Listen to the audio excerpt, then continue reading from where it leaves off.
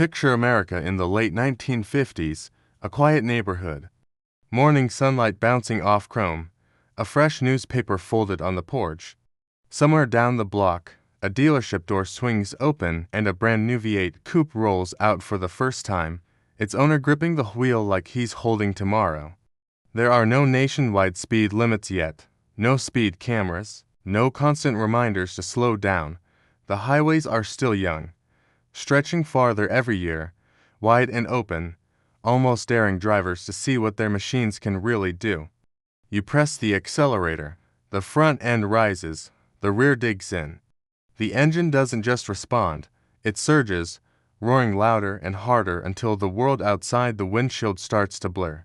Not because you're breaking the law, but because back then, speed wasn't treated like a mistake, it was confidence. In the 1950s, the fastest cars in the world weren't museum pieces or unattainable fantasies. They were everyday machines, cars you could finance, cars you could drive to work on Monday after racing them down an empty highway on Sunday morning. Detroit wasn't cautious yet. Engineers weren't buried under regulations or marketing committees. If an idea promised more power, more speed, more excitement, it went straight into production. Fuel injection straight from aircraft technology. Superchargers bolted onto engines like declarations of intent. Carburetors stacked and tuned to intimidate anyone standing nearby. And today, that's where we're heading back to. This is a look at the cars that defined speed in the 1950s, the machines that turned ordinary drivers into local legends, the cars that made the rest of the world stop and realize something serious was happening in America. Some of these names will sound familiar, others might feel forgotten, and a few will make you wonder how something this fast ever passed inspection. So settle in, because this was the decade when horsepower meant hope, chrome meant pride, and the open road belonged to whoever had the courage to push a little harder. And every revolution has to start somewhere. Go back to 1949. Most cars are still relying on aging flathead designs or modest inline engines. Dependable but uninspiring. Drivers feel it immediately. Racers exploit it. Young buyers dream about it. The Rocket 88 becomes more than a car. It becomes a blueprint. Powered doesn't have to be exclusive anymore. It can be attainable. It can be parked in a driveway. As the decade moves forward, speed doesn't stay confined to the biggest names.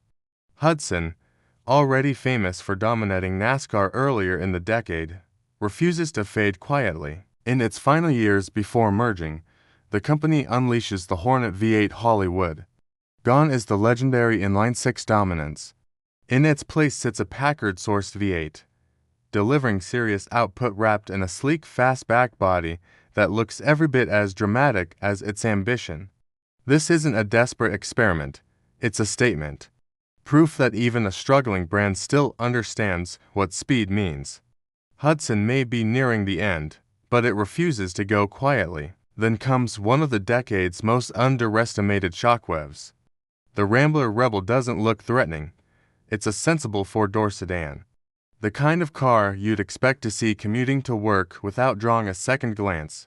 But AMC had other ideas.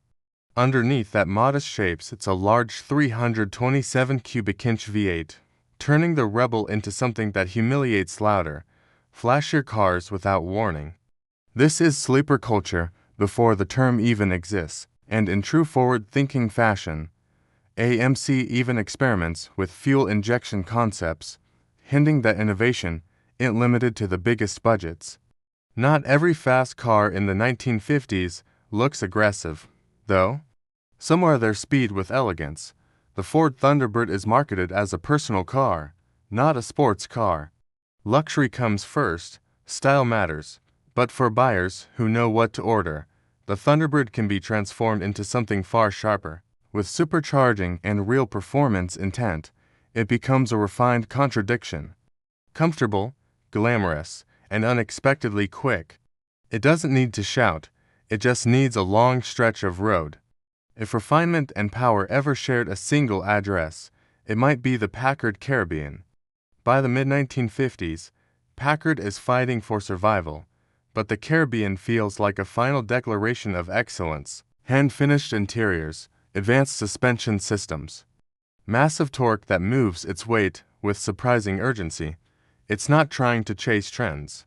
It's reminding the world of what true American luxury performance once meant. Pontiac, meanwhile, is in the middle of a transformation. Once seen as conservative, the brand decides to reinvent itself through performance. The Bonneville becomes the symbol of that shift. Big presence, bold styling, fuel injection, serious power. Pontiac ain't asking for attention anymore. It's demanding respect. Then comes a car that cements America's performance credibility forever. The fuel-injected 1957 Corvette, lightweight fiberglass. A small block V8 producing 1 horsepower per cubic inch. Factory fuel injection that feels almost unreal for the time.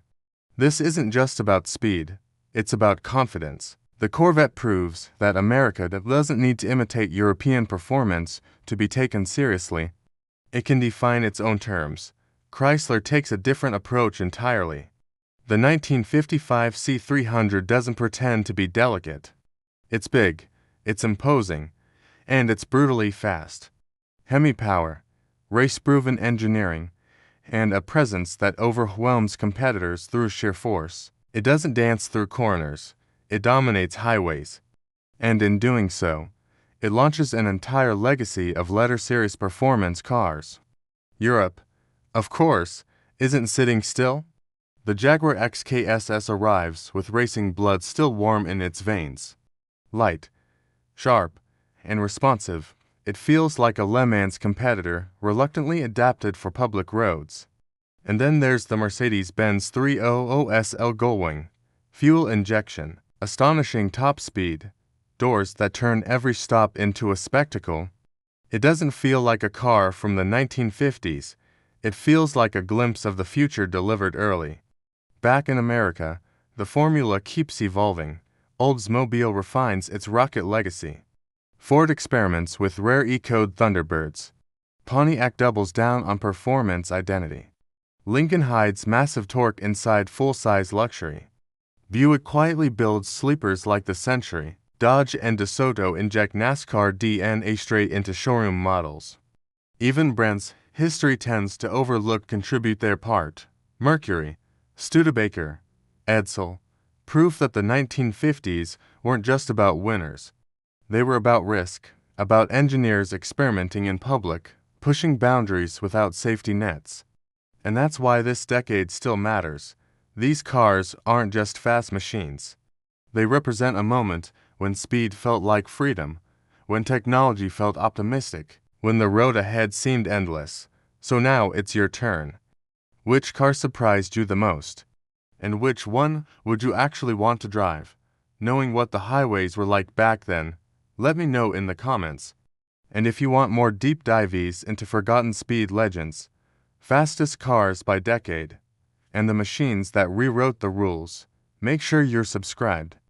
Because next time, we're going even deeper into the golden age of speed.